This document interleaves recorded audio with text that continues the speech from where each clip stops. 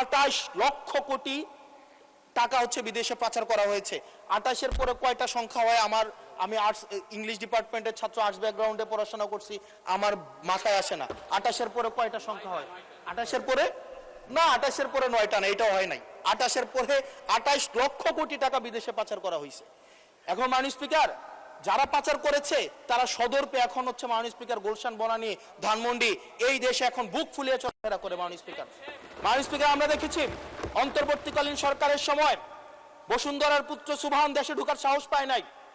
আমরা দেখেছি আনবির দেশে ঢোকার সাহস পায় নাই। কিন্তু এই সরকার নির্বাচিত হয়ে আসার পরে আমরা দেখেছি সদর্বে এই সুবহানের পুত্র, এই ধর্ষক দেশে ঢুকেছে। মাননীয় স্পিকার, অন্তর্বর্তীকালীন সরকারের সময় দুর্নীতি দমন কমিশন বসুন্ধরার বিরুদ্ধে মামলা করেছে। আমরা দেখেছি এই মামলার কি অগ্রগতি হয়েছে সেটা আমরা জানতে চাই। আন্ডার টেবিল কোনো ধরনের সমঝোতা হয়েছে কিনা।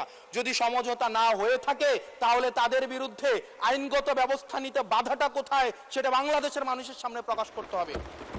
মাননীয় স্পিকার, অন্তর্বর্তীকালীন সরকার এই বসুন্ধরা গ্রুপ যারা বিদেশে টাকা পাচার করেছে, মানুষের সম্পদ দখল করেছে এবং মিডিয়ার মধ্য দিয়ে আওয়ামী লীগের গুম খুন হত্যাকে যারা বৈধতা দিয়েছে তাদের খুঁটির জোর কোথায় সেটা আমরা জানতে চাই। কিন্তু আমাদের দলে কিছু কিছু মানুষ বসুন্ধরার অ্যাডভাইজর হিসেবে কাজ করে, তাদের মিডিয়ার অ্যাডভাইজর হিসেবে কাজ করে। মাননীয় স্পিকার, যেই মিডিয়া তারেক রহমানকে, মাননীয় প্রধানমন্ত্রী তারেক রহমানকে দেশদ্রোহী হিসাবে ফ্রেমিং করেছে, সেই মিডিয়ার অ্যাডভাইজর হিসেবে আজকে বসুন্ধরা গ্রুপে আজকে এই সরকার দলীয় সংসদ সদস্যদের অনেকেই তারা সেখানে যুক্ত। মাননীয় স্পিকার, এই যে আমাদের একটি সান্ধ্যকালীন সংসদ চলছে, আমাদের মধ্যে একটি আলস্য ঝেঁকে বসেছে, আমরা একটু এখন বিশ্রামের একটা আগ্রহ সৃষ্টি হচ্ছে। এরকম একটা বিশ্রামের সময়ে এক ভারতের প্রাচীন ভারতের একটা প্রবাদ আছে। সেই প্রবাদে একজন বলেছিলেন যে ঋণং কৃতা ঘৃতং পিবেত যাবৎ জীবন সুখেং কিবত।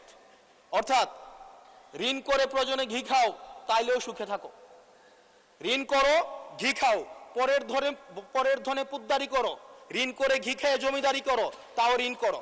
আমার কাছে মনে হচ্ছে মাননীয় স্পিকার, এই প্রবাদটিকে সরকারি দলের কিছু সদস্য খুব সিরিয়াসলি নিয়েছেন, নিয়ে ওনারা ঋণ করো ঘি খাও তাও সুখে থাকো এটাকে ওনারা এভাবে নিয়েছেন, ঋণ করো ঋণ খেলাপি হও তাও নির্বাচন অংশগ্রহণ করো। মাননীয় স্পিকার, সদস্য for your great contribution budget ডিসকাশনের জন্য অসংখ্য ধন্যবাদ।